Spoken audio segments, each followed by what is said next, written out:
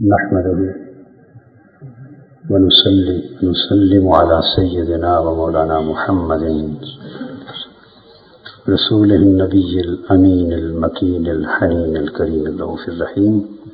أما بعد، بسم الله الرحمن الرحيم. حضرات قائدین تحریک منہاج القرآن، معزز اساتذہ جامعہ اسلامیہ منہاج القرآن، عزیز طلبہ، آج کی مبارک مجلس بفضلہ تعالی بہت سی رحمتوں، برکتوں اور سعادتوں کا مجموعہ ہے. میں ابا جی قبلہ رحمۃ اللہ تعالی علیہ کی زندگی میں عشق رسول کے حوالے سے جن قابل ذکر چیزوں کا مشاہدہ کیا ہے، انہیں ایک نتیجہ اور فکر کے طور پہ آپ کے سامنے رکھا جائے. اس امر میں شک نہیں، اور میری پوری زندگی کا مشاہدہ الحمدللہ تعالی پورے عدل کے ساتھ، حق اور عدل کے ساتھ اس بات پر گواہ ہے کہ انہیں نسبت محمدی صلی اللہ علیہ وآلہ وسلم حاصل تھی، اور نسبت محمدی صلی اللہ علیہ وآلہ وسلم کے جتنے فیوزات اور برکات اور فتوحات ہوتے ہیں، ان سے اللہ رب العزت نے انہیں بہرہ یاب فرمایا تھا. نسبت محمدی کے فیوزات و برکات سے اور نسبت محمدی صلی اللہ علیہ وآلہ وسلم کے ذریعے حاصل ہونے والے فتوحات سے. نسبت محمدی صلی اللہ علیہ وآلہ وسلم جو ان کی حیات مبارکہ میں بڑی قوی تھی اور مضبوط تھی، میرا مشاہدہ یہ ہے کہ اس کو نسبت محمدی صلی اللہ علیہ وسلم کو مضبوط تر اور کامل تر کرنے میں تین چیزوں کا دخل تھا. گویا وہ نسخہ کیمیا جس کے ذریعے انہیں نسبت محمدی صلی اللہ علیہ وآلہ وسلم میں کمال نصیب ہوا تھا، اور نسبت محمدی صلی اللہ علیہ وآلہ وسلم کے فیوزات و برکات نصیب ہوئے تھے، وہ نسخہ کیمیا تین اجزاء پر مشتمل تھا. یہ میں اپنے مشاہدے کا نچوڑ بتا رہا ہوں. ایک عشق رسول صلی اللہ علیہ وآلہ وسلم، دوسرا جز اس نسخے کا گریہ شب، گریہ شب جسے علامہ کہتے ہیں نالہ ہے نیم شبی، تو گریہ و نالہ شب. اور تیسرا کثرت درود و سلام.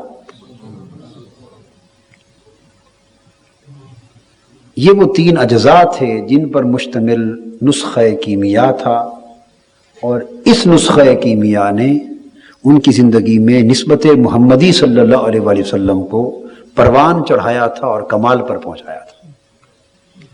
میں نے ہمیشہ دیکھا، بچپن سے لے کے تا دم وصال، میرے اپنے بچپن سے لے کر ان کے وصال کے دنوں تک میں نے دیکھا کہ روزانہ صرف درود پاک کا وظیفہ ان کا کئی ہزار پر مشتمل ہوتا.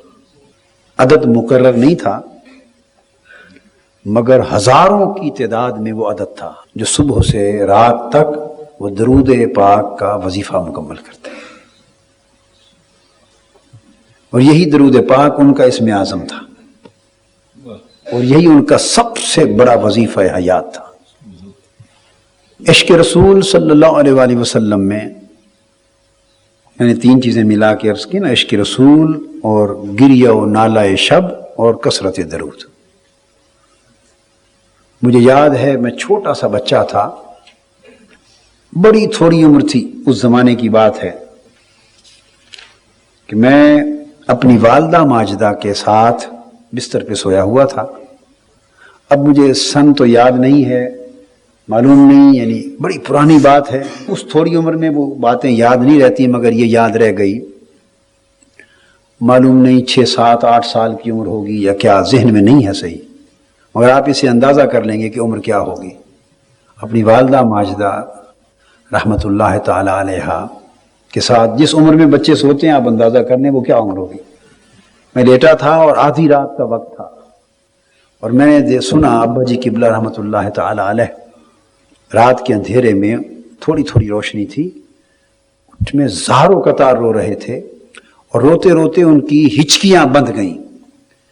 تو جب ہچکیاں بند گئیں تو میں نے اس آواز سے میری آنکھ کھل گئی، اور میں چمٹ گیا امی جان سے، والدہ ماجدہ سے۔ تو میں نے پوچھا ابا جی کو کیا ہوا ہے، اتنا زور سے رو رہے ہیں؟ تو انہوں نے مجھے پیار کر کے سلا دیا، کوئی نہیں بیٹی، اللہ تعالیٰ کو یاد کر رہے ہیں۔ بھئی مجھے ایک رات کا ایک واقعہ اس طرح یاد ہے۔ اس عمر میں نے ان کے گریہ و نالہ شب دیکھے، اور یہ گریہ ہائے نیم شبی اور نالہ ہائے نیم شبی ان کے تادم وصال جاری رہے۔ اور میں نے دیکھا کہ جوں جوں ان کی عمر آگے بڑھتی گئی اور وہ زمانہ وصال کے قریب ہوتے گئے، ان کا گریہ، آہوزاری، ان کی رکت، ان کے نالہ ہائے شب بڑھتے گئے، اور نوبت یہاں تک پہنچی کہ وفات سے کم و بیش 4-5 سال قبل، اپنی وفات سے کم و بیش 4-5 سال قبل ان کے مطالعے سے ساری کتابیں نکل گئی تھی۔ انہوں نے سب کتابوں سے اپنا تعلق توڑ لیا تھا اور سب کتابوں کا مطالعہ چھوڑ دیا تھا وصال سے 4-5 سال قبل، اور صرف ایک ہی کتاب رہ گئی تھی جو ان کی رفیقہ حیات تھی، اور وہ کتاب تھی مثنوی مولائے روم۔ انہوں نے اپنی زندگی میں مطالعہ جو ہے کتابوں کا وصال سے 4 سال قبل تک کیا ہے۔ ساری رات بیت جاتی تھی، کتابوں میں مستغرق ہوتے تھے، اور کتابوں کے انبار ہوتے تھے اور پڑھتے رہتے تھے۔ پھر وہ زمانہ بھی دیکھا ہے کہ جب کتابیں ایک طرف ہو گئی تھیں اور وہ صرف رات کو ایک مثنوی مولانا روم ان کے ہاتھ میں ہوتی، اس کو پڑھتے اور آنسو گرتے، اسی میں رات بیت جاتی۔ جو گریہ ہائے شب تھے، یہ ان کی نسبت محمدی صلی اللہ علیہ وسلم کی پختگی میں اس کا بڑا کردار تھا۔ رات کے کبھی 1 بجے، کبھی 1:30 بجے، کبھی 2 بجے، کبھی 2:30، موسموں کے اعتبار سے وہ نصف شب کے بعد جلد ہی اٹھ جاتے، اور اگر لمبی راتیں ہوتی تو پھر 2:30 بجے کے لگ بھگ، 3 بجے کے لگ بھگ اٹھ جاتے، اور نماز اشراق تک وہ مصلی پر بیٹھتے۔ یہ ان کا زندگی بھر کا معمول تھا، نصف شب کے بعد سے اٹھے ہوئے اور اشراق پڑھ کے مصلی سے اٹھتے تھے۔ تو یہ 5-6 گھنٹے کم و بیش بن جاتے ہوں گے جو ان کی نشست ہوتی، اور معمول نماز تہجد کی ادائیگی کے بعد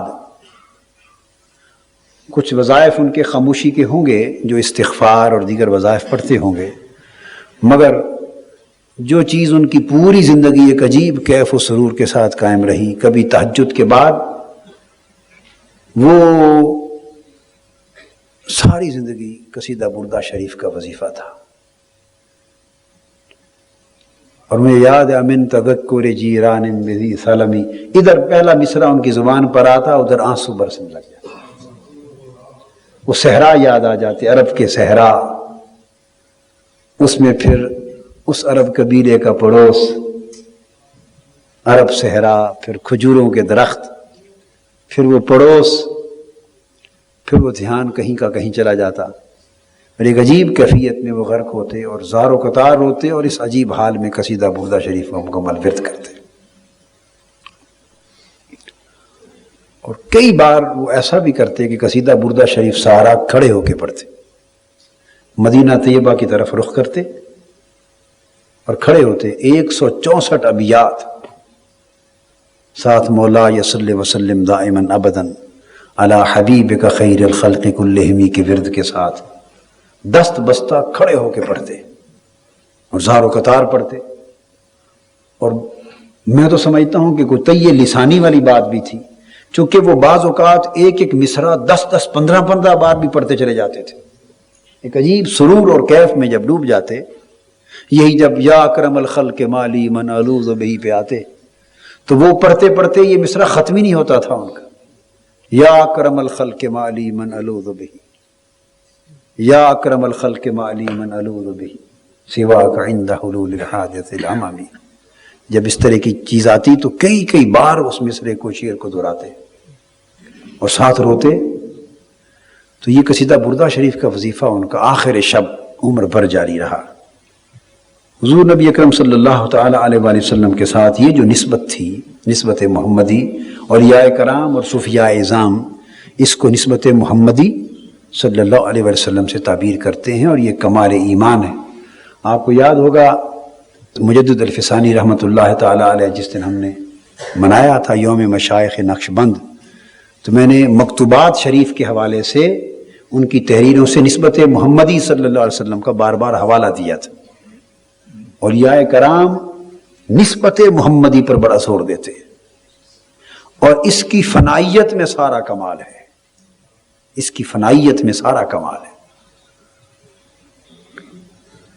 اب اس نسبت کی پختگی کے ساتھ وہ جو بارگاہ رسالت مآب صلی اللہ علیہ وسلم سے ان کو فیوزات نصیب ہوتے ہیں اور انوار و تجلیات ملتی اور برکات نصیب ہوتی، ان سے ان کو بڑے بڑے فتوحات میسر آ گئے تھے، اجابات مرتفع ہو گئے تھے، اور فتوحات بارگاہ رسالت صلی اللہ علیہ وآلہ وسلم کا بڑا خزانہ اللہ رب العزت نے ان کو عطا فرمایا تھا۔ نتیجہ اس کا یہ کہ بڑے بڑے اکابر اولیاء کرام کے مزارات پہ جاتے تو یہ ان کی صفائے قلب تھی، عملیات نہیں تھے۔ میں جانتا ہوں اس بات کو کہ انہوں نے اس بچپن کے زمانے کے بعد پوری زندگی عملیات نہیں کیے۔ وہ اوائل دور میں ایک مجذوب تھے جنہوں نے ان کو وظیفہ دے دیا تھا، ربا جی قبلہ فرماتے تھے کہ مانگے بغیر دے دیا، یوں ہی چونکہ انہوں نے دے دیا میں نے لے لیا۔ اوائل زمانہ تھا، بالکل نوجوانی کا زمانہ، جوانی کا، اور یہ بات ہے 1940 کے لگ بھگ کی، آج سے کتنے سال پہلے؟ 54 سال پہلے۔ تو آپ اندازہ کر سکتے ہیں آج سے 54 سال پہلے پھر وہ دست غیب کا ایک وظیفہ دے دیا، اس سے 5 روپے روزانہ مل جاتے تھے۔ 54 سال پہلے 5 روپے روزانہ، غالباً 20 روپے مہینے کی تنخواہ ہوتی تھی لوگوں کی اس زمانے، اچھے ملازموں کی 20 روپے ماہانہ تنخواہ ہوتی تھی۔ تو اس زمانے 5 روپے بڑی بات تھی، اور فرماتے میں نے کاپی پہ لکھ رکھا تھا وہ وظیفہ، ایک نوٹ بک تھی جس پر لکھا ہوا تھا۔ ایک رات حضور سیدنا غوث الاعظم رضی اللہ تعالیٰ عنہ خواب میں تشریف لائے۔ ابا جی قبلہ نے فرمایا کہ مجھے خواب میں فرمایا سیدنا غوث الاعظم رضی اللہ عنہ، میں فرید الدین یہ جو 5 روپے والا وظیفہ پڑھتے ہو یہ تو ساری زندگی 5 ہی ملتے رہیں گے، یہ ساری زندگی، آج تو 5 بہت کچھ ہے مگر ایسا زمانہ بھی آئے گا جب 5 کچھ بھی نہیں ہوگا، یہ تو 5 پر ہی کام رک جائے گا، اس کو چھوڑ دو، اس کو چھوڑ دو، پھر بے حد و حساب ہو جائے گا۔ فرماتے ہیں وہ وظیفے والی کتاب کہاں ہے؟ خواب میں فرمایا۔ ابا جی کی بلا فرماتے ہیں کہ میں وہ خواب کے اندر ہی اٹھا کے لے گیا، آپ نے اپنا قلم جیب سے اتارا اور وہ جو کاپی تھی وظیفے والی اس کو وظیفہ کاٹ دیا، میں یہ نہ پڑھا کروں۔ ابا جی فرماتے ہیں میں صبح اٹھا، کاپی اٹھائی تو وظیفہ کٹا پڑا تھا۔ یعنی یہ وہ نسبت محمدی صلی اللہ علیہ وآلہ وسلم کا فیضان تھا۔ خواب میں اولیاء کرام اور انبیاء علیہ السلام اور صحابہ کرام اور اہل بیت اعظام کی زیارات اوروں کو بھی ہوتی ہیں، ہم بھی گرتے سنبھلتے پھرتے رہتے ہیں ان وادیوں میں، مگر ایسا کبھی نہیں ہوا زندگی میں کہ ایک چیز انہوں نے خواب میں فرمائی ہو اور وہ کاپی پر یا اس طرح عمل میں بدل گئی ہو جیسے واقعہ میں ہوا عمل میں۔ یہ حجابات کے مرتفع ہو جانے اور فتوحات کے میسر آ جانے کی برکات تھی، اور یہ کیفیت ان کی جوانی کے عالم کی تھی۔ بس فرماتے عملیات وہی کیے تھے، سورہ مزمل کا وظیفہ حضرت خضر علیہ السلام سے ملنے کا جو کرتے تھے۔ پھر وہ زمانہ آ گیا کہ پھر جو صفائے قلب اور پھر اس میں توکل، یکسوئی جب وہ جو بڑھتی گئی تو پھر وہ ہر شے کی طلب مٹ گئی، ملاقات خضر کی طلب بھی مٹ گئی، پھر دھیان اونچا چلا جاتا ہے۔ تو فتوحات نسبت محمدی صلی اللہ علیہ وآلہ وسلم سے نصیب ہوئی، اور حضور صلی اللہ علیہ وآلہ وسلم کی نسبت اور حضوری اور بارگاہ الہی کی رضا، اس کے سوا ان کی زندگی میں اور کسی تیسری چیز کی کوئی طلب نہیں تھی۔ انہوں نے ایک روز فرمانے لگے بیٹے میں نے زندگی میں صرف ایک بار دنیا کی کوئی چیز اللہ سے مانگی، اپنی زبان سے دنیا کی متاع، مال و دولت یا متاع جو کچھ بھی دنیا میں آتا ہے، تو دنیا میں سے ایک بار صرف چیز مانگی ہے، اس کے بعد دنیا میں سے کچھ نہیں مانگا۔ میں نے پوچھا ابا جی ابا جی کیا مانگا تھا؟ فرمایا تجھ کو مانگا تھا۔ فرمایا تم پیدا جب نہیں ہوئے تھے تو حرم کعبہ پر مقام ملتزم پر تیری دعا کی تھی، بھئی اللہ مجھے بیٹا دے دے، وہ دعا، اور اس کے بعد میں نے دنیا کا کچھ اللہ سے نہیں مانگا۔ پھر میں نے ایک روز پوچھا ابا جی قبلہ سے کہ آپ کیا دعا مانگتے ہیں؟ فرماتے صرف میں یہ مانگتا ہوں کہ مولا قلب بینا دے دے، نہ دنیا سے نابینا نہ جاؤں۔ فرماتے صرف یہ مانگتا ہوں کہ دنیا سے نابینا نہ جاؤں، بینائی دے دینا، معرفت کی بینائی ہے، اور وہ حجابات اللہ پاک نے ان کے اٹھا دیے تھے، اور وہ بینائی جس کے وہ طالب تھے وہ زندگی میں بہت مدت، وصال سے بہت مدت پہلے اللہ نے عطا کر دی تھی۔ 1948 میں جب بغداد شریف حاضر ہوئے، ابا جی قبلہ نے فرمایا کہ بیعت کی انہوں نے حضرت سیدنا ابراہیم سیف الدین نقیب الاشراف رضی اللہ تعالی عنہ سے۔ فرماتے ہیں کہ میں صرف، میرے پاس بغداد شریف تک کا زاد سفر تھا، استخارہ کیا تھا بیعت کے لیے، تو حکم ہوا کہ بغداد میں جا کر سید ابراہیم سیف الدین سے بیعت کر لو۔ فرماتے ہیں نام بھی نہیں سنا تھا زندگی میں کبھی، تیاری کی، بغداد شریف پہنچے تو معلوم کیا بیعت ہو گئی ان سے۔ 15 دن آپ کی خدمت میں رہ کر میں نے عرض کیا حضور یہاں تک آیا ہوں تو بجائے اس کے کہ یہیں سے واپس پلٹ جاؤں، اگر حرمین شریفین کی حاضری بھی نصیب ہو جائے تو آپ کرم فرما دیں۔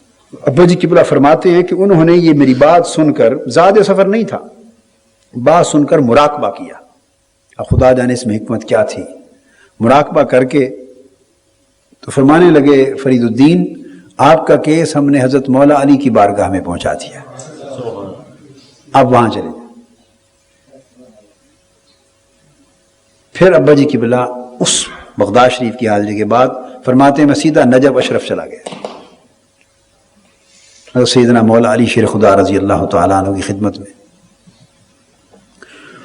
غالباً یہ اس بارگاہ کی خاص توجہ تھی، بڑی محبت اور بڑا خاص نسبت تھی ان کی ذات سے بھی، ہمیشہ ان کو مولا کائنات کہتے تھے۔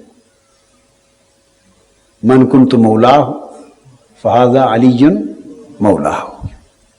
فرماتے ہیں کہ میں نجف اشرف حاضر ہوا اور آپ کے مزار اقدس پہ جا کے مراقب ہوا۔ میں مراقبے کی حالت میں بیٹھا تھا کہ اچانک سیدنا مولا علی شیر خدا رضی اللہ تعالیٰ عنہ کی روح مبارک جلوہ گر ہوئی اور ایک نور کی طرح چمکی، اور اس نور کی چمک میں آپ نے حالت مراقبہ میں مدینہ پاک کی زیارت کی۔ حالت مراقبہ میں آپ کی روح طیبہ نے ایک توجہ کی، وہ جو انوار پیدا ہوئے اس روشنی سے مدینہ پاک کی زیارت ہو گئی۔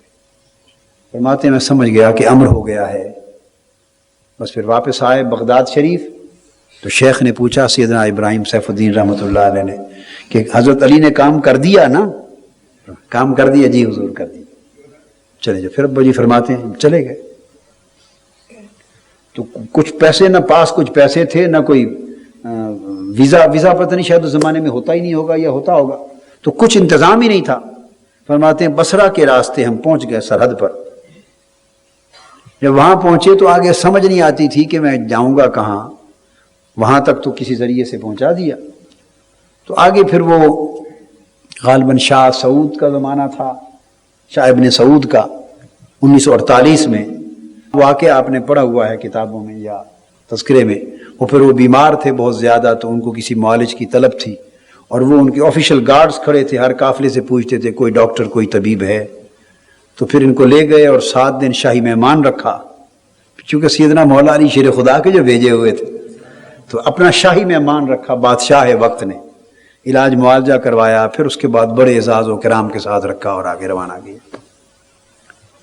وہ پھر سٹیمپ کر دی پاسپورٹ پر ایک خاص، وہ میں نے دیکھی ہوئی ہے سٹیمپ، ان کے پاسپورٹ میں ہوا کرتی تھی، پھر بعد ازاں زندگی کے کسی مرحلے پر وہ مس پلیس ہو گیا، وہ بعد میں ریکارڈ میں رہ نہیں سکا. تو یہ سیدنا علی شیر خدا رضی اللہ تعالیٰ عنہ کی توجہ تھی جس نے وہاں نجف اشرف بیٹھے ہوئے حجابات اٹھا دی. پھر میں سمجھتا ہوں کہ یہ اسی طرح کی توجہات سے جو حجابات مرتفع ہوئے.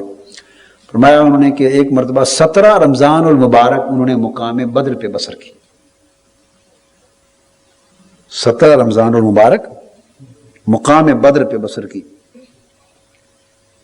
تو جب رات نصف شب آئی مقام بدر پر رات گزاری تو ملائکہ، یہ فرمایا کہ ملائکہ اترتے ہیں اس رات جو شہدائے بدر کی شہادت کی رات ہے.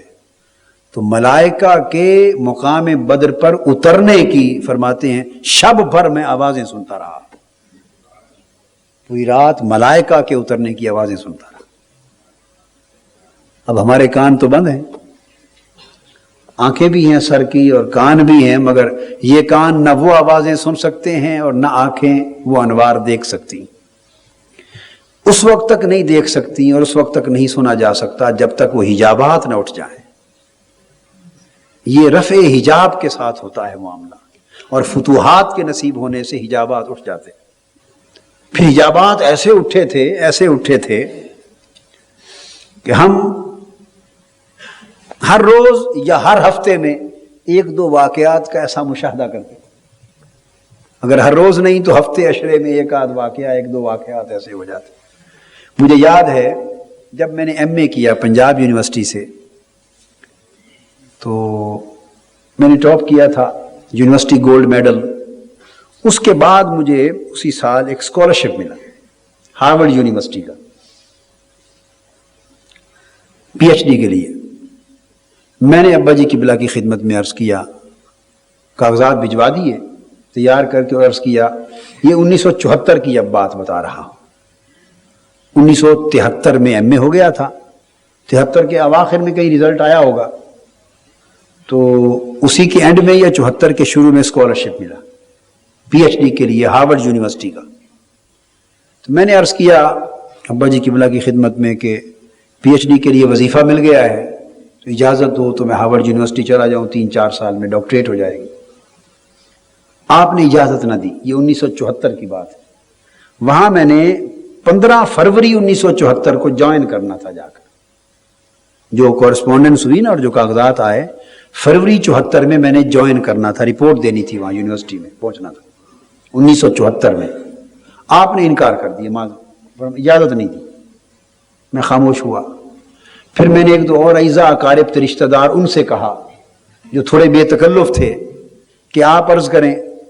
وہ آئے، انہوں نے بڑا زور لگایا، رات بھر دیر تک بیٹھے رہے، زور لگایا. انہوں نے عرض کیا کہ نہیں حضور آپ اجازت دے دیں، قسمت میں وظیفہ ملا ہے پی ایچ ڈی کے لیے، ڈاکٹریٹ کرائے گا بہت جلد، خوش نصیبی ہے تو موقع دے دیں. اجازت نہیں دی آپ نے. یہ جن لوگوں نے عرض کیا ان میں ایک صوفی مقصود احمد صاحب بھی بیٹھے ہیں، آپ ذرا زیارت کرائیں نا. صوفی مقصود احمد صاحب قادری، یہ دکھائیں میں دکھائیں، یہ جو آپ دیکھنے میں جوان ہیں، یہ رشتے میں حسن اور حسین کے رشتے میں نانا لگتے ہیں. تو یعنی دیکھیے چھوٹی عمر میں بھی آج کل لوگ نانا بن گئے ہیں، اللہ کی شان ہے. تو میں نے آپ کو دکھایا اس لیے کہ یہ گواہ ہیں اس بات کے کہ یہ میرے ہم عمر ہیں، 1 سال بڑے ہیں مجھ سے.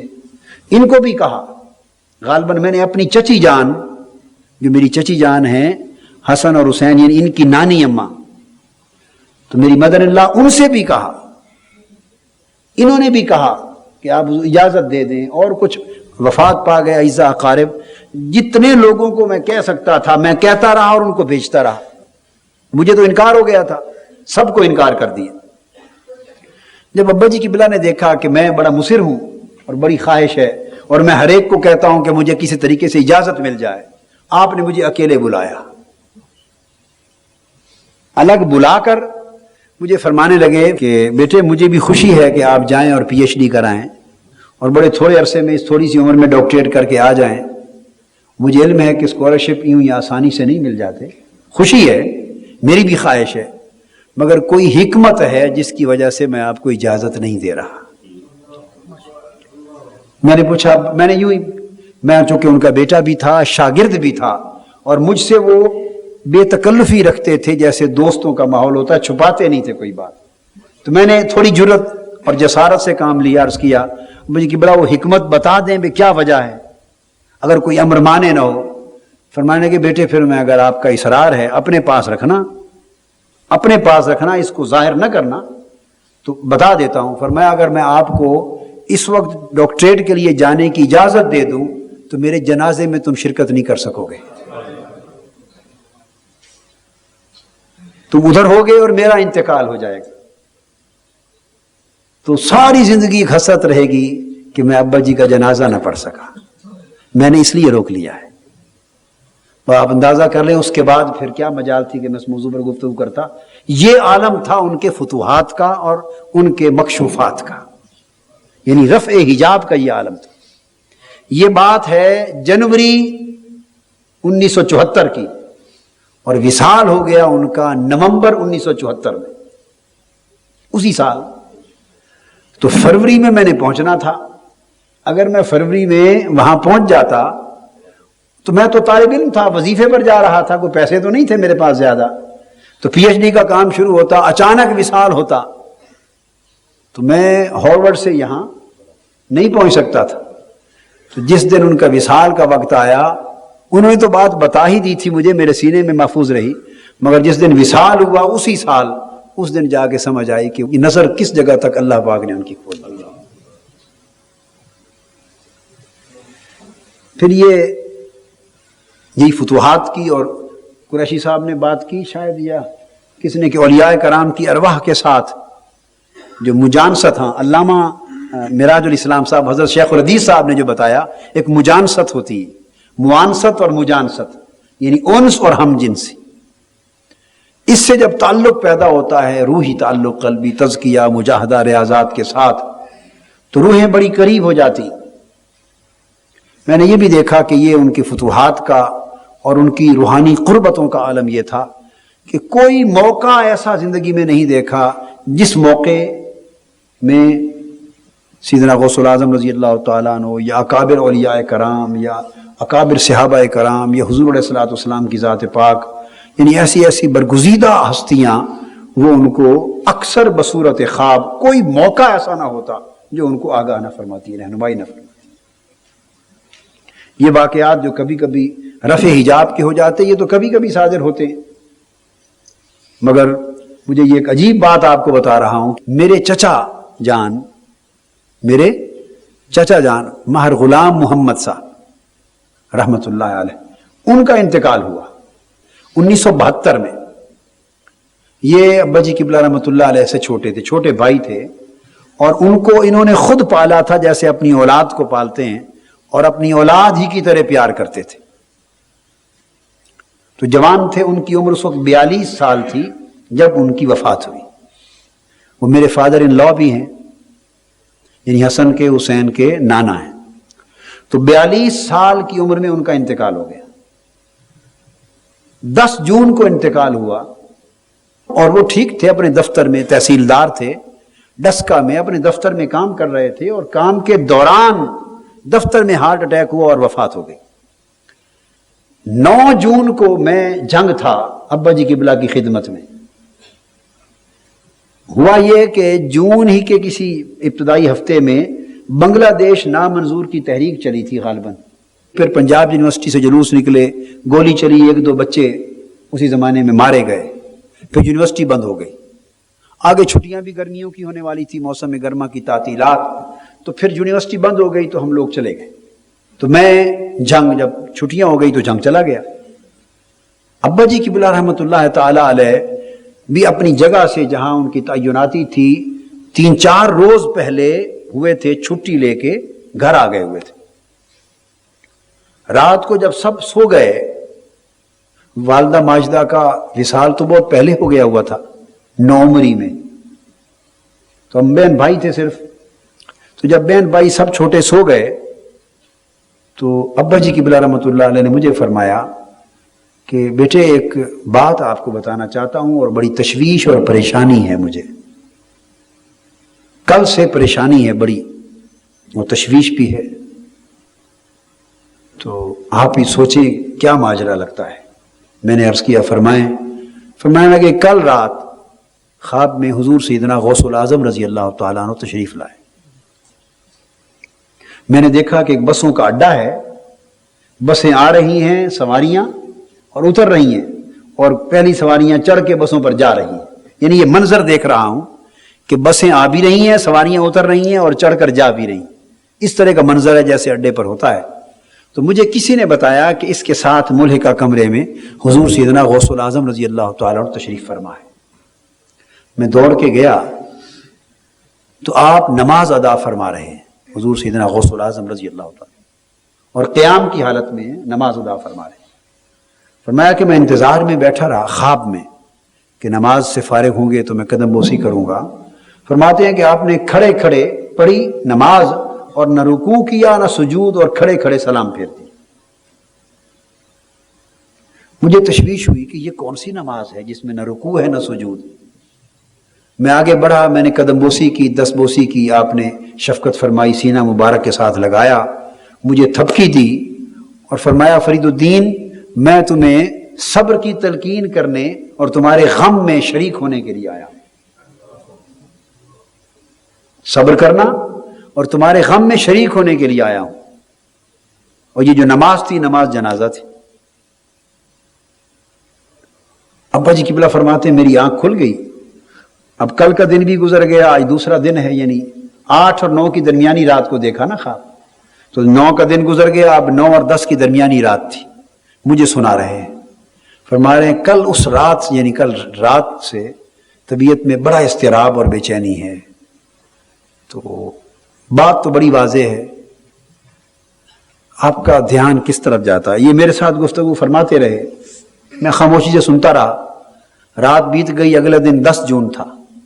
10 جون کو دوپہر، گرمیوں کے دن تھے، دوپہر کھانے کے بعد جیسے نماز ظہر پڑھ کے آرام کرتے ہیں لوگ، تو خیرولہ کر رہے تھے کہ دروازے پر بیل ہوئی اور SHO جنگ کا جو SHO تھا، کوتوالی کا انچارج، وہ پہنچا. اس نے بیل دی، میں ہم نیند سے اٹھے گئے. اس نے بتایا کہ آپ کے چچا جان مار غلام محمد جو تحصیلدار تھے ڈسکے میں، ان کا انتقال ہو گیا. ابھی ٹیلی فون آیا ہے، آفس میں انتقال ہو گیا. یعنی آپ اندازہ کر لیں کہ یہ کیا عالم تھا روح کا، یعنی روح کا یہ تزکیہ تھا، اجلا پن تھا، روح کا مقام بلند تھا، جس نے اولیاء کبار کے ساتھ ان کے قلبی اور روحی تعلق کو اتنا مضبوطی سے استوار کر دیا. کوئی چھوٹی سی تکلیف بھی آئی، معمولی تکلیف بھی، تو اس سے قبل بھی ان کو اس کا ادراک کرایا گیا. یہ فتوحات، روحانی فتوحات کا یہ عالم تھا. 1965 میں وہ مسجد نبوی میں معتکف تھے. مسجد نبوی میں 1965 میں معتکف تھے. میں جھنگ میں اپنی محلے کی جو آبائی مسجد ہے وہاں معتکف تھا. تو مجھے خط لکھا، مجھے یاد ہے کہ عید بھی کر کے آئے تھے تو میرے پاس خط آیا. خط میں لکھ بھیجا، آپ مجھے بتاؤ بیٹے، آپ اعتکاف بیٹھے تھے تو اس سال شب قدر، لیلۃ القدر کون سی رات تھی؟ یہ سوال لکھ کر بھیجا مجھے خط میں. لیلۃ القدر کون سی شب تھی؟ اعتکاف جو بیٹھے تھے بتاؤ. میں نے اس کا جواب لکھ بھیجا کہ اس سال 25ویں رات لیلۃ القدر تھی. یہ میں نے جواب لکھ بھیجا. تو ابا جی قبلہ نے وہ خط وصول کر کے تو مجھے شاباش کا خط پھر بھیجا اور کہا جواب درست ہے آپ کا، اور میرے لیے تحائف لائے، تحفہ لائے، انعامات لائے اس کے لیے. جب واپس پہنچے تو فرمانے لگے کہ 25ویں رات، وہ جو کہ معتکف تھے مسجد نبوی میں، رات فرماتے ہیں کہ کوئی 12:50 کے لگ بھگ ٹائم ہوگا، 1 کے قریب 1 بجنے والا تھا. حضور علیہ الصلوۃ والسلام نے اپنے جلوہ حسن کی خیرات عطا فرمائی. انہیں اپنا دیدار عطا فرمایا، مسجد نبوی میں لیٹے تھے، اور ابا جی قبلہ فرماتے ہیں حضور صلی اللہ علیہ وسلم کے دست مبارک میں ایک ٹائم پیس تھا، گھڑی ہوتی ہے ٹائم پیس، اس کے اوپر 12:50 بنے ہوئے تھے، اور فرما رہے تھے فرید الدین اٹھو، یہی رات لیلۃ القدر ہے، اور جو گھڑی قبولیت کی ہے وہ اس گھڑی سے دیکھ لو۔ اس طرح گھڑی دکھائی مجھے، دیکھ لو۔ فرماتے ہیں میری آنکھ کھل گئی، قریب ہی ایک شخص معتکف تھا، وہ سکھ تھا اور قبول اسلام کر کے سیدھا آقا کی بارگاہ میں آیا تھا، اس نے اسلام قبول کیا تھا۔ تو ایک تو ہجرت کی تھی کفر سے اسلام کی طرف، اور پھر حضور علیہ السلام کی بارگاہ اقدس میں حصول خیرات، حصول فیض کے لیے آیا تھا، اور وہ بھی ساتھ ہی معتکف تھا۔ فرماتے ہیں کہ چونکہ نیا نیا مسلمان ہوا تھا اور اس کے اندر بڑی کیفیت تھی، تو میں اس کو تھوڑا وقت دیتا تھا تاکہ دین کی تعلیم تلقین میں پختہ ہو جائے۔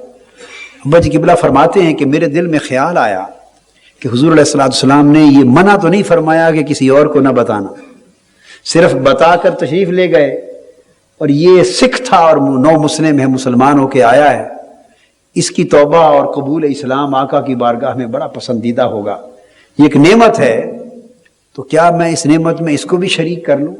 فرماتے ہیں ایک لمحہ میں سوچتا رہا، کبھی ذہن جائے کہ شاید اجازت نہ ہو، کبھی ذہن جائے کہ اجازت نہ ہوتی تو منع فرما دیتے، اور یہ تو ایک ایسی خیرات ہے آقا کے در کی کہ یہ بھی حضور کا در پر آیا ہے اور نو مسلم ہے، کفر چھوڑ کے آیا ہے۔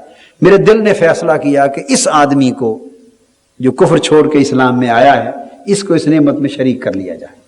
فرماتے ہیں میں اس کے قریب گیا، اس کو آہستہ سے اس طرح اٹھایا، سوئے ہوئے کو اٹھا کے کان میں کہا اٹھو بھائی، یہ گھڑی لیلۃ القدر کی ہے۔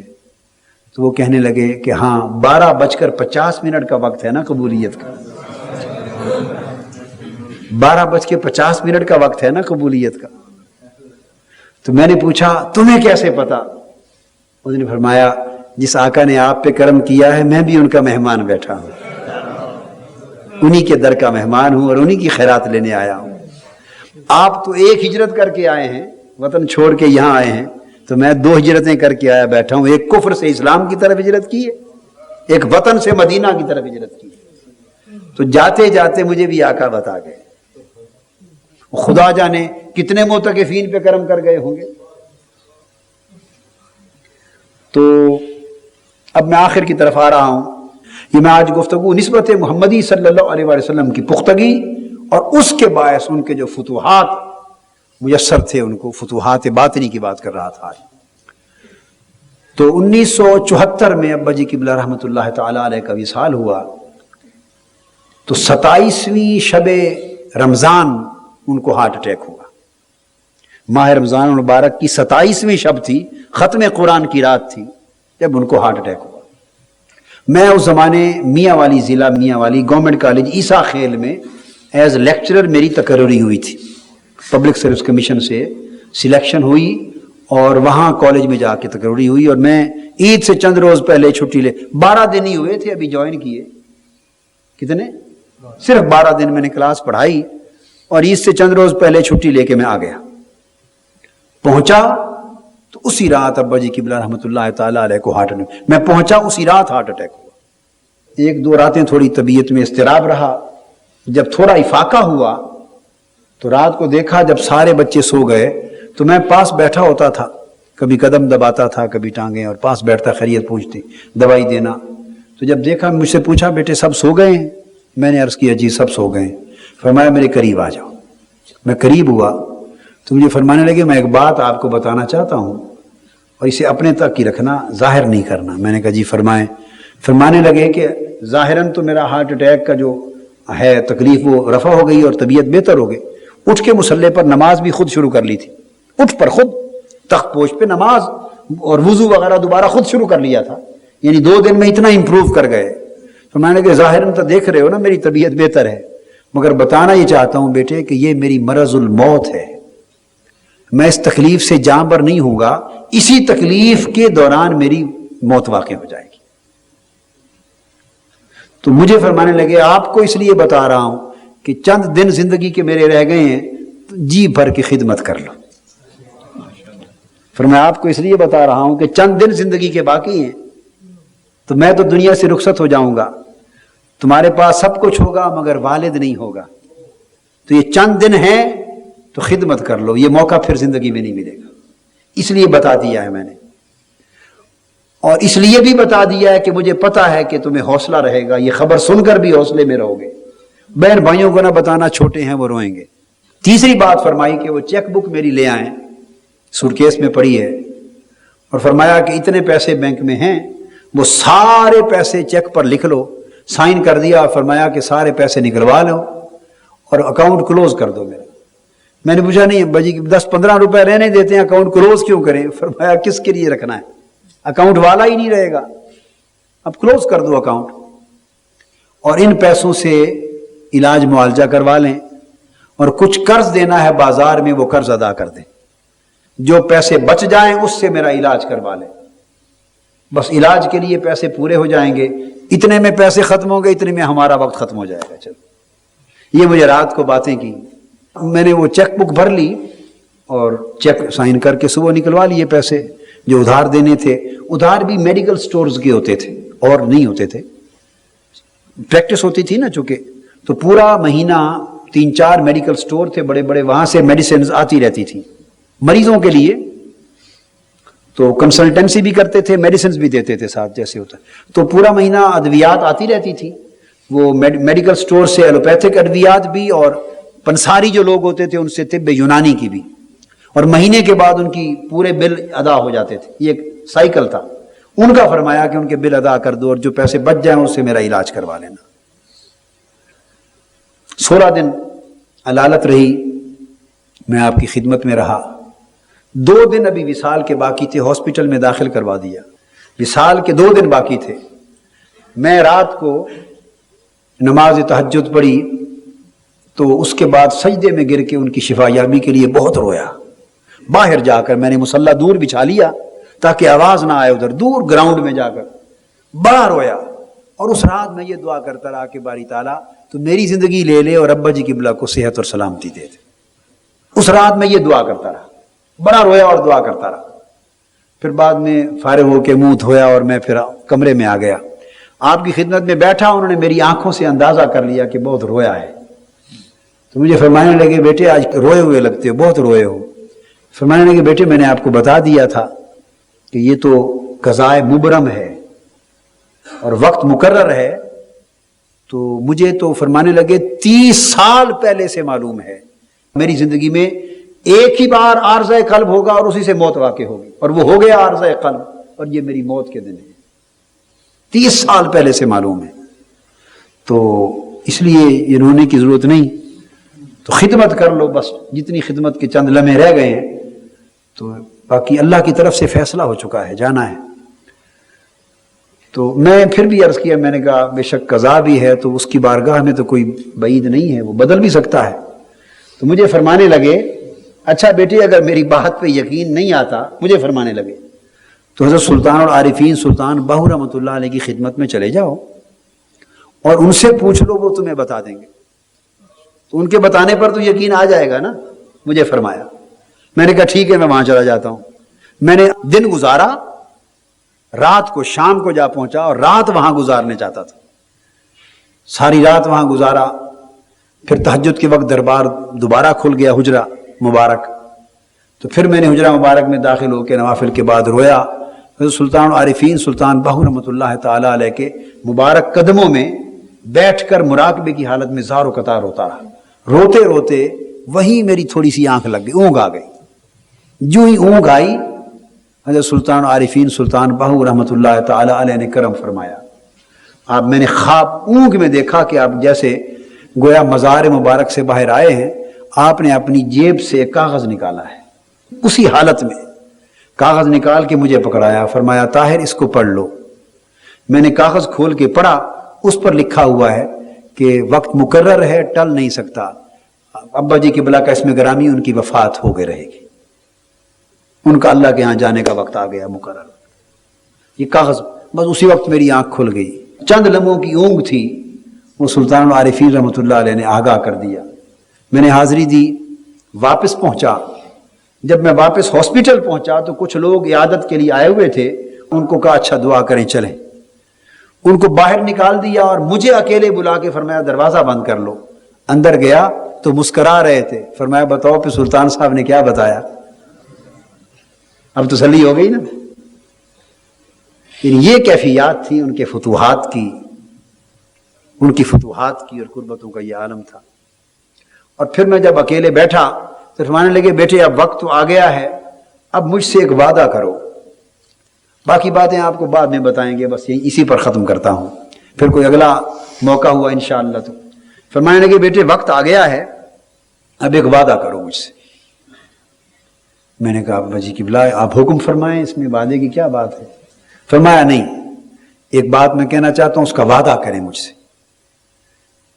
میرا ہاتھ پکڑا ہوا تھا. میں نے عرض کیا آپ فرمائیں، جو حکم فرمائیں تعمیل کروں گا. فرمایا وعدہ ہوا؟ میں نے کہا وعدہ ہوا. فرمانے لگے بس جلد ہے، اب میرا وقت بڑا قریب ہے، وعدہ یہ کر لو کہ میرا جنازہ تم خود پڑھاؤ گے. بھئی یہ وعدہ کرو. میں خاموش ہو گیا. پھر فرمانے لگے زبان سے وعدہ کرو نا میرے ساتھ، میرا جنازہ تم خود پڑھاؤ گے، میں تم سے اپنا جنازہ پڑھوانا چاہتا ہوں، وعدہ کر لو. میں پھر خاموش ہو گیا. تیسری بار فرمانے لگے میں اس لیے کہہ رہا ہوں، اب یہ ان کے کلمات ہیں، میں اس میں تصرف یعنی فرق نہیں کرنا چاہتا، میں اس میں فرق نہیں کرنا چاہتا. فرمانے لگے میں اس لیے اصرار کر رہا ہوں، وعدہ لے رہا ہوں کہ کہیں ایسا نہ ہو کہ میں مر جاؤں اور میری میت جنازے کے لیے مولویوں کے سپرد کر دوں. جنازے کے لیے مولویوں کے سپرد کر دو، اس لیے وعدہ کر لو جنازہ خود پڑھانے کا. میں نے وعدہ کر لیا. پھر مسکرا پڑے. فرمایا الحمدللہ خوش ہو گئے. جب ان کا وصال ہوا پھر اگلے روز صبح وصال ہو گیا. بھئی آخری دن تھا جس میں وعدہ لے رہے تھے. اگلے روز صبح وصال ہو گیا. وصال کے بعد غسل سے لے کے جنازہ اور تدفین تک پھر سارے کام میں نے خود کی. غسل بھی میں نے خود دیا. مجھ سے فرمایا کہ کفن دے کر تو میرے احرام اوپر میرے باندھ دینا. بس تدفین کی. جب جنازے کے لیے گئے، اب میں یہ بات کسی سے کہہ نہیں سکتا تھا کہ مجھے حکم فرمایا ہے کہ جنازہ میں پڑھاؤں، اور نو عمری بھی تھی، اتنی تو نہیں تھی. بہرحال اب میں اپنی زبان سے کسی سے نہیں کہہ سکتا تھا کہ حکم فرمایا کہ جنازہ میں خود پڑھاؤں. ایک حجاب تھا اس میں.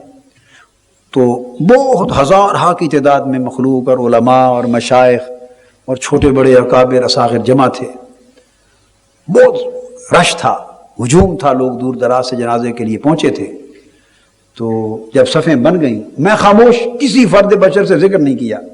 میری سمجھ میں نہ آئے کہ اب میں یا تو خود آگے بڑھ کے چپکے سے خود مصلی پہ کھڑا ہو جاؤں یا کسی کو کہوں، کیا کروں، سمجھ میں نہ آئے. اور وعدہ کر چکا تھا. ان کی روح کا تصرف دیکھیے کہ سب لوگ خاموش رہے اور ہر کوئی تک رہا ہے کہ جنازہ کون پڑھائے گا. جب سارے وضو کر کے صفوں میں آ چکے، ہر صف سے یکا یک ایک شور بلند ہوا. ہر صف سے ایک شور بلند ہوا ہر طرف سے، اور بیک وقت شور بلند ہوا ہر طرف سے. میرا نام لے کے کہنے کے قادری صاحب جنازہ خود پڑھائیں. یعنی یہ نمازی جو آئے تھے وہ کہنے لگ گئے جنازہ خود پڑھائیں. تو تمام صفوں سے ایک شور مچ گیا. تو گویا ظاہراً لوگوں کے اس شور اور مطالبے کی بنا پر میں مصلی پر آ گیا، اور میں نے کسی کو ظاہر نہیں کیا کہ یہ حکم تھا مجھے، اور یہ میں نے وعدہ کر رکھا تھا. جب جنازہ پڑھا کے فارغ ہوئے، دعا کی، اور چہرہ مبارک سے جب کپڑا ہٹایا تو وہ پہلے بھی مسکراہٹ تھی چہرے پر اور سکون تھا، مگر جب جنازے کے بعد کپڑا ہٹایا تو ایک ایسی مسکراہٹ تھی جو میں نے آج تک زندگی میں کسی چہرے پر نہیں دیکھی. اور اس مسکراہٹ سے یہ گمان گزر گیا کہ شاید یہ تو کوئی سکتہ کی کیفیت تھی اور آپ نے وفات ہی نہیں پائی اور ہماری بے وقوفی پر ہنس رہے ہیں، یہ تو غلطی ہو گئی. ورطہ حیرت میں پڑ گئے ایک لمحے کے لیے کہ شاید وہ ہنس رہے ہیں کہ دیکھو یہ کتنے بڑے لوگ بے وقوف ہیں. مجھے سمجھا مر گیا اور مجھے جنازہ پڑھا دیا اور میں تو زندہ ہوں. یعنی اتنا تغیر آ چکا تھا چہرے پر، مسکراہٹ اس حد تک تھی. اور پھر مسکراہٹ کا عالم دیکھ کر وہ تمام صفوں کے لوگ جتنے علماء مشائخ وہ مبارک دینے لگ گئے مجھے. یعنی موقع وفات کا ہے، جنازہ سامنے اور مبارک دینے لگ گئے. یہ کیفیت تھی. تدفین کی، تو معرضو کرتا رہا کہ پھر وصال کے بعد ان کی زیارت ہو۔ 9 روز زیارت نہیں ہوئی، 9 دن۔ ان کے کچھ روزے رہ گئے تھے، وہ ہارٹ اٹیک کے بعد 3، میں نے پھر روزے ان کے قضا کیے۔ ان کی جو نمازیں تھیں اس عرصے میں کچھ نمازیں تو وہ ادا کرتے رہے، ایک آدھ دن میں جب ہوش نہیں آیا وہ ادا کی، روزے رکھے۔ 10ویں دن آپ کی زیارت ہوئی۔ اس دن میں بھی، اس دن روزے سے تھا، شوال کے دن تھے تو روزے سے تھا۔ 10ویں دن آپ کی زیارت ہوئی، اور میں نے خواب میں جو زیارت کی تو میں نے 3 سوال کیے خواب کے اندر آپ سے۔ میں نے پوچھا ابا جی قبلہ، حضرت یہ فرمائیں کہ جب جنازہ پڑھا کے ہم فارغ ہوئے تو آپ مسکرا رہے تھے اور کمال درجے کی مسکراہٹ تھی، یہ ہماری سمجھ میں نہیں آئی، ہمیں تو مغالطہ ہو گیا کہ کہیں ہم غلطی سے تو نہیں جنازہ پڑھا بیٹھے، اتنی مسکراہٹ کا سبب کیا تھا؟ تو فرمانے لگے بیٹے میں اس لیے مسکرا رہا تھا کہ بس وہی ساتھ ہی جنازے کے ساتھ اللہ رب العزت نے مالا اعلیٰ اور عالم بالا کے حجابات اٹھا دیے تھے، اور اسی لمحے پوری جنتیں کھول کے سامنے رکھ دی تھیں، اور میں جنتوں اور عالم ارواح کے اور عالم بالا کے اور مالا اعلیٰ کے نظارے کر رہا تھا، اور ان جنتوں میں کھو کے ہنس رہا تھا اور مسکرا رہا تھا۔ آپ یہ سمجھ رہے تھے کہ شاید ہم نے غلطی سے جنازہ پڑھا دیا ہے، میں تو مالا اعلیٰ کی کہ مناظر دیکھ کے ہنس رہا تھا، خوش تھا۔ میں نے عرض کیا کہ حضرت آپ 10 دن زیارت کے لیے نہیں آئے، 9 دن، آج 10ویں دن آئے ہیں، میں بڑا اداس رہا ہوں اور مجھے ایک پریشانی رہی کہ احوال پوچھوں، تو 10 دن اتنی دیر کیوں کر دی؟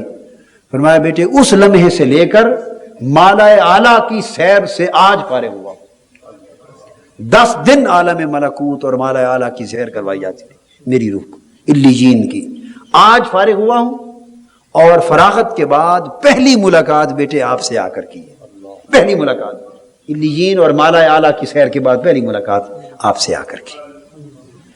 اور میں نے تیسرا سوال کیا ابا جان، وہ فرمائے جب نکیرین سوالات کے لیے آئے تو وہ منظر بتائیں کیسا تھا، اور سوال اور جواب کیسے ہوئے ہوں گے، یہ تیسرا سوال کیا میں نے خواب میں۔ فرمانے لگے بیٹے جب نکیرین سوال کے لیے آئے تو میں نماز پڑھ رہا تھا، حالت نماز میں تھا، یہ خواب بیان ہو رہا ہے، تو مجھے نماز پڑھتا دیکھ کر وہ چلے گئے، تو آج 10 دن ہو گئے میں تو ان کا انتظار ہی کرتا رہا، وہ آئے نہیں ہے، پھر سوال نہیں کیا۔ یہ وہ پہلا خواب تھا جس میں 3 سوال کیے، آپ نے جواب مرمت فرمایا، اور یہ سب کچھ میں سمجھتا ہوں کہ وہ جو نسبت محمدی صلی اللہ علیہ وآلہ وسلم کا فیضان تھا، نسبت محمدی صلی اللہ علیہ وسلم، اس فیضان نے ان کو بڑے مرتبے اور اونچے درجے کر دیے تھے۔ زندگی میں عزیزان محترم سب کچھ نسبت محمدی صلی اللہ علیہ وسلم کی خیرات ہے، تقوی اسی سے نصیب ہوتا ہے، معرفت اسی سے نصیب ہوتی ہے، فیوزات کے دروازے اسی سے کھلتے ہیں، اور سب فتوحات اسی سے نصیب ہوتی ہیں۔ اس کو مقصود بنا لیں کہ نسبت محمدی صلی اللہ علیہ وآلہ وسلم نصیب ہو جائے، اور یہ نسبت کاملاً نصیب ہو جائے، اور زندگی میں انسان کا کمال یہ ہے کہ اس نسبت میں فنا ہو جائے۔ نسبت محمدی صلی اللہ علیہ وسلم میں فنا ہونا بقا پا جانا ہے۔ تو وہ لوگ جو نسبت محمدی صلی اللہ علیہ وسلم میں فانی ہوتے ہیں، اللہ انہیں باقی بنا دیتا ہے، اسی فنا میں بقا ہے۔ اللہ تبارک و تعالی ہمارے حال پہ لطف و کرم فرمائے، اور ہمیں اس پاک نسبت کی خیرات عطا فرمائے۔ وما علینا الا البلاغ۔